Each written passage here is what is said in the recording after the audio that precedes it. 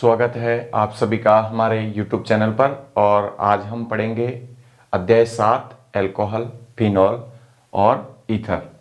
तो इसमें सबसे पहले देखते हैं इनका परिचय कि क्या अल्कोहल होता है, क्या फिनॉल होता है, क्या ईथर होता है। तो सबसे पहले देखें अपन अल्कोहल को। तो अल्कोहल होता क्या है? तो अल्कोहल होता है ROH। ROH। अब R क्या हो सकता है? जैसे कोई भी अपन ग्रुप ले लेते हैं, RCH2CH, CH3CH2OH है। तो यहां हम कह सकते हैं कि ये एलिफेटिक हाइड्रोकार्बन है। और एलिफेटिक हाइड्रोकार्बन के जब एक परमाणु, एक हाइड्रोजन परमाणु या अधिक हाइड्रोजन परमाणुओं का प्रतिस्थापन किससे हो जाए? हाइड्रोक्सिल समूह से। इसको क्या कहते हैं अपन? हाइड्रोक्सिल समूह। हाइड्रोक्सिल समूह, हाइड्रोक्सिल समूह। तो इस हाइड्रोक्सिल समूह के द्वारा प्रतिस्थापन किसका हो गया? हाइड्रोजन का। क्योंकि यहाँ पे अपन देखें, जैसे यह अपने पास में एथेन था, एथेन में से एक हाइड्रोजन का प्रतिस्थापन हो गया हाइड्रोक्सिल समूह से, तो ये बन गया अल्कोहल।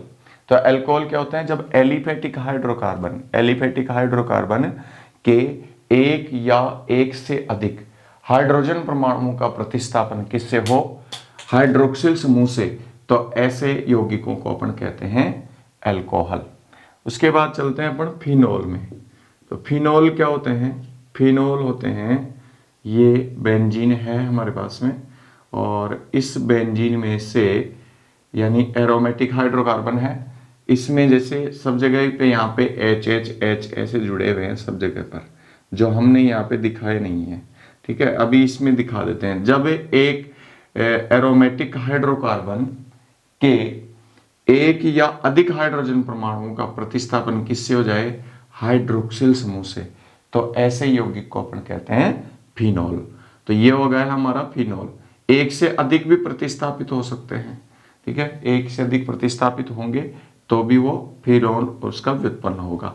तो यहाँ पे अपन देखें तो ये हमारे पास में हो गया भाई फिनॉल। ठीक है, C6H5OH, यानी एरोमेटिक हाइड्रोकार्बन के जब एक या अधिक हाइड्रोजन परमाणुओं का प्रतिस्थापन हाइड्रोक्सिल समूह से हो तो फिनॉल बनता है। तीसरा अपन लेते हैं ईथर। ईथर क्या होता है? तो ईथर में देखें, ईथर होता है ROR या फिर ROR डैश। तो ROR तो ये तो सममित ईथर है जिसमें दोनों एल्किल समूह एक समान है। ये असममित ईथर है, असममित, या इसको हम अपन मिश्रित ईथर भी कहते हैं, मिश्रित ईथर। तो ROR क्या है? ROR में अपन एग्जांपल लेते हैं, जैसे CH3CH2OCH3। ये जो ग्रुप है ये कौन सा है? मैथोक्सी। तो मैं यहाँ पे इसको कह सकता हूं एल्कोक्सी। ये एल्कोक्सी हो गया, एल्कोक्सी। तो जब एरोमेटिक, एलिफेटिक या एरोमेटिक, एरोमेटिक भी हो सकता है, जैसे इस तरीके से हो C6H5OCH3, तो ये हमारे पास में एरोमेटिक है, इधर एलिफेटिक है। तो जब किसी एरोमेटिक या एलिफेटिक हाइड्रोकार्बन के एक या एक से अधिक, भाई इसमें ऐसे जुड़ा हुआ था CH3 यानी CH2H, ये ऐसे है। तो जब एलिफेटिक या एरोमेटिक हाइड्रोकार्बन के एक या अधिक, एक ही हाइड्रोजन परमाणु का होता है इसमें, तो एक हाइड्रोजन परमाणु का प्रतिस्थापन किससे हो रहा है? एल्कोक्सी समूह से। तो ऐसे यौगिकों को हम कहते हैं ईथर। जब किसी एरोमेटिक या एलिफेटिक हाइड्रोकार्बन के एक हाइड्रोजन परमाणु का प्रतिस्थापन हो एल्कोक्सी समूह से, एल्कोक्सी समूह से, तो ऐसे यौगिक को क्या हम कहते हैं? ईथर। उसके बाद में हम चलते हैं अल्कोहल के वर्गीकरण, अल्कोहल और फिनॉल के वर्गीकरण में। उसमें पहले अपन देख लेते हैं कि अल्कोहल का वर्गीकरण किस प्रकार से किया जाता है। देखते हैं अल्कोहल का वर्गीकरण। तो अल्कोहल का जो पहला वर्गीकरण है वो हुआ है किसके आधार पर? हाइड्रोक्सिल समूह, हाइड्रोक्सिल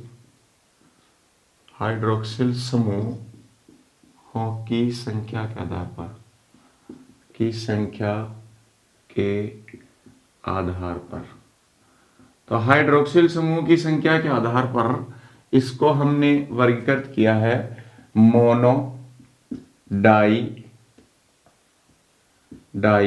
व ट्राईहाइड्रिक में। मोनो, डाई व ट्राईहाइड्रिक में। जैसे मोनोहाइड्रिक कौन होते हैं? मोनो, डाई व ट्राईहाइड्रिक में। जैसे हमारे पास में ये एग्जाम्पल है CH3CH2OH। तो ये एल्कोहल कौन सा है? मोनोहाइड्रिक एल्कोहल है, क्योंकि इसमें OH समूह कितना जुड़ा हुआ है? एक ही OH समूह है, तो इसको अपन कहेंगे मोनोहाइड्रिक। ये मोनोहाइड्रिक एल्कोहल है। दूसरा अपन एग्जाम्पल लें CH2CH2OH। तो इसमें OH समूह कितने हैं? 2। इसको अपन कहते हैं डाईहाइड्रिक। इसका नाम है एथिलीन ग्लाइकोल।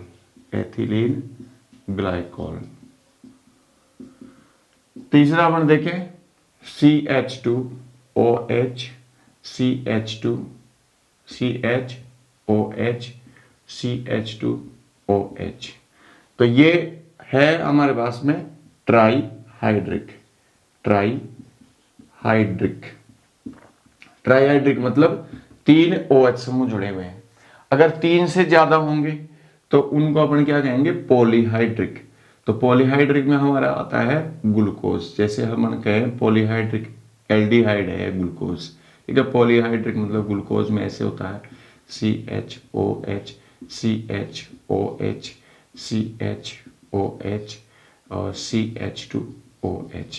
तो इसके अंदर ये 5 OH समूह जुड़े हुए हैं, पॉलीहाइड्रिक होता है। तो ये पॉलीहाइड्रिक एल्डिहाइड है, ठीक है। तो हमने वर्गीकृत किया किसको? एल्कोहल को हाइड्रोक्सिल समूह की संख्या के आधार पर, और हाइड्रोक्सिल समूह की संख्या के आधार पर इसको मोनोहाइड्रिक, डाईहाइड्रिक, ट्राईहाइड्रिक और पॉलीहाइड्रिक में वर्गीकृत कर सकते हैं। जब एक ही OH समूह जुड़ा हुआ हो तो ये होगा मोनोहाइड्रिक, जब 2 OH समूह जुड़े हुए हो तो डाईहाइड्रिक, 3 OH समूह जुड़े हुए हैं तो ट्राईहाइड्रिक, और इससे भी अधिक समूह जुड़े हुए हैं तो इसको अपन कहते हैं पॉलीहाइड्रिक। उसके बाद में हम देखते हैं एल्कोहल का दूसरे आधार पर वर्गीकरण, और वो कौन से एल्कोहल का देख रहे हैं हम? मोनोहाइड्रिक एल्कोहल का। तो मोनोहाइड्रिक एल्कोहल को फिर से आगे हम वर्गीकृत करते हैं। तो यहां देखेंगे हम मोनोहाइड्रिक एल्कोहल का वर्गीकरण। ये तो एल्कोहल का देखा हमने, ठीक है। उसके बाद यहां देखेंगे हम मोनोहाइड्रिक एल्कोहल का वर्गीकरण। मोनोहाइड्रिक एल्कोहल का वर्गीकरण। तो मोनोहाइड्रिक एल्कोहल को कार्बन परमाणु यानी COH आबंध के आधार पर वर्गीकृत करेंगे। तो हम कह रहे हैं इसके अंदर COH आबंध के संकरण के आधार पर, आबंध के संकरण के आधार पर। तो इसको कैसे वर्गीकृत करते हैं? संकरण के आधार पर हम ले रहे हैं यहां पर, जब sp3COH आबंध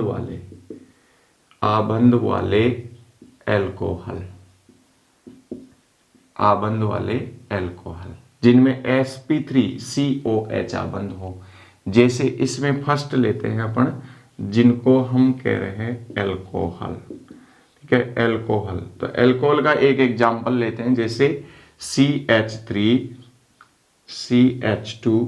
इसमें देखें यहां पे एग्जांपल लेते हैं हम, एग्जांपल है CH3CH2OH। इसको थोड़ा सा और खोल के अपन लिख देते हैं। यहां पे लिख दिया हमने दोनों हाइड्रोजन्स को इस तरीके से, ये।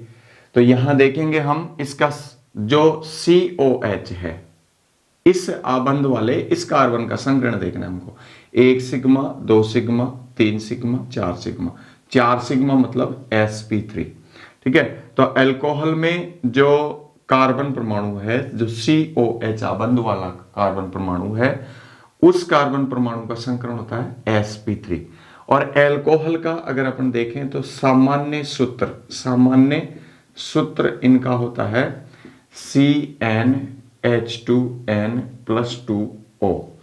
इसको समझते हैं अपन, जैसे अपने पास में भाई ये है एल्केन, जो होता है एल्केन का सूत्र है CnH2n+2। ये क्या होता है एल्केन, और एल्केन में ही एक ऑक्सीजन और जोड़ देते हैं तो हमको एल्कोहल मिलता है। जैसे अपन देखें इसमें, मान लो C अपन 2 ले लेते हैं तो C2H, इसका डबल होगा 4+2 यानी C2H6 होगा, यानी CH3 लिख सकते हैं ऐसे अपन। और एल्कोहल को लिखेंगे तो कैसे लिखेंगे CH3CH2OH। तो यहां देखें CH3 तो ये वाला हो गया, ठीक है। इसको अपन देखें तो ये CH3 हो गया अपने, ये एल्केन ही हो गया, और इसमें एक ऑक्सीजन ज्यादा है तो इसका सामान्य सूत्र हो गया CnH2n+2O। ये इसका सामान्य सूत्र है। और हम अब आगे देखते हैं दूसरा जो है, ये तो हो गए एल्कोहल, और सेकंड इसमें हम ले रहे हैं बेंजिलिक एल्कोहल में भी जो OH आबंध वाला कार्बन है वो कैसा होता है sp3। इसको अपन यहाँ पे ले सकते हैं बेंजिलिक एल्कोहल। ये बेंजीन, ठीक है, बेंजीन, और बेंजीन से ये जुड़ा हुआ है CH2 और ये OH।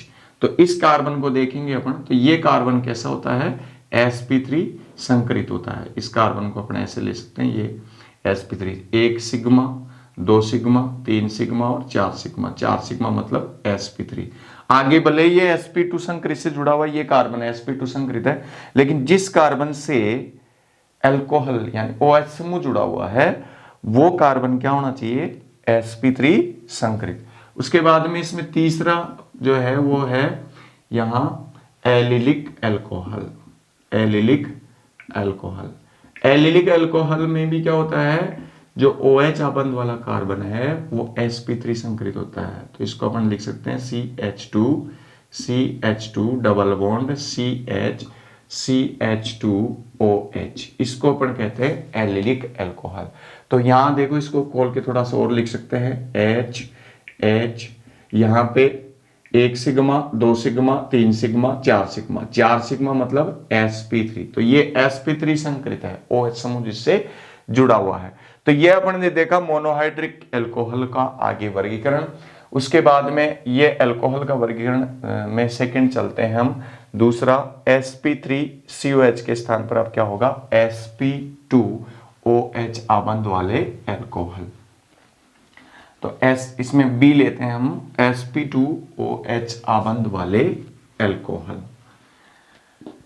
B है हमारा sp2COH आबंध वाले एल्कोहल।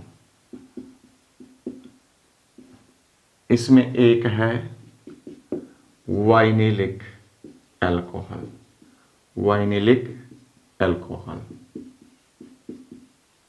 वाइनिलिक एल्कोहल क्या होता है CH2 double bond CHOH।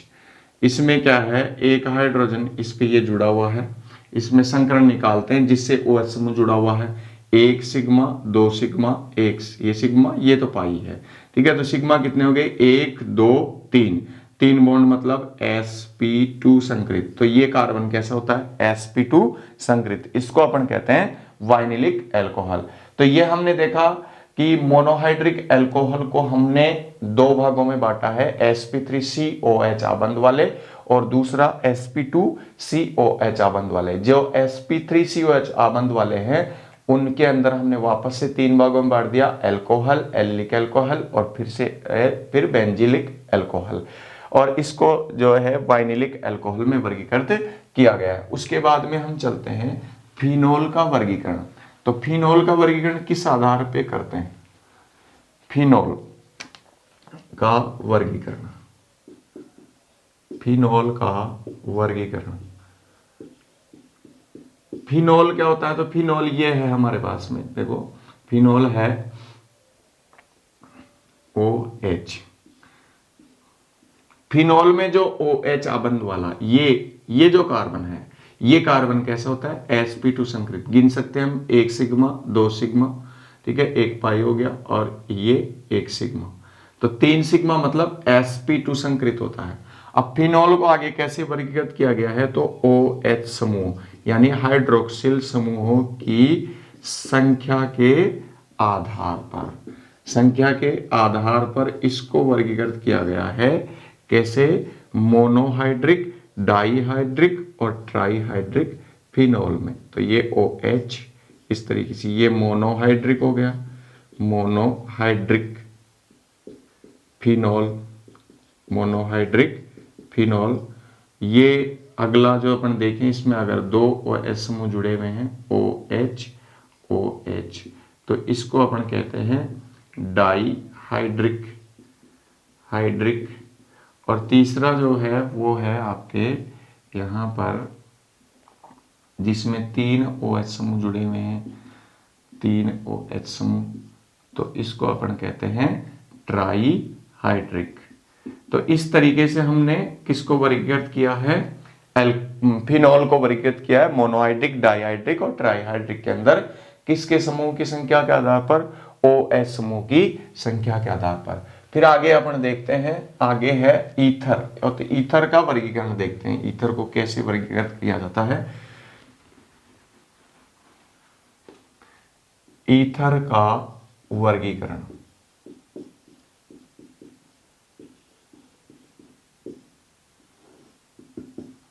Ether में देखो, ईथर को वर्गीकृत किया गया है। तो ईथर के हम कह सकते हैं, एक है हमारे पास में सममित ईथर।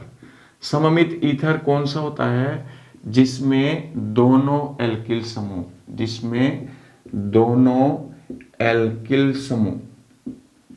समूह समान हो। जैसे ये एग्जाम्पल ROR, और इसका एग्जाम्पल लेते हैं जैसे CH3O CH3। ये दोनों एल्किल समूह क्या होने चाहिए, समान होने चाहिए। तो ऐसे ईथर को अपन कहते हैं सममित ईथर। और एग्जाम्पल ले सकते हैं C2H5O C2H5, ये भी सममित ईथर है। C6H5O C6H5, ये भी सममित ईथर है। दोनों एल्किल समूह एक समान हो तो इसको हम कहते हैं सममित ईथर। दूसरे ईथर हैं असममित ईथर, या इनको और क्या कहते हैं, इनको कहते हैं मिश्रित ईथर। तो इनमें क्या होता है, ये दोनों एल्किल समूह समान नहीं होते हैं। तो जैसे CH3O C2H5, तो ये होगा कौन सा, मिश्रित ईथर। एक तो मेथिल है, इधर एथिल है। जैसे और एग्जाम्पल ले सकते हैं C6H5, ये भी मिश्रित ईथर है। एक इधर मेथिल है और इधर फेनिल समूह जुड़ा हुआ है। तो ऐसा ईथर जिसके ईथर का वर्गीकरण देखा, जिसमें 2 भागों में देखा हमने, सम्मित ईथर और असम्मित ईथर। सम्मित ईथर वो होते हैं जिनमें दोनों एल्किल समूह समान हो, असम्मित ईथर वो होते हैं जिनमें दोनों एल्किल समूह डिफरेंट हो। तो ये आज की क्लास में हमने देखा है अल्कोहल, फिनॉल और ईथर का वर्गीकरण। आपको हमारा चैनल कैसा लगा, कमेंट बॉक्स में जरूर बताएं। धन्यवाद।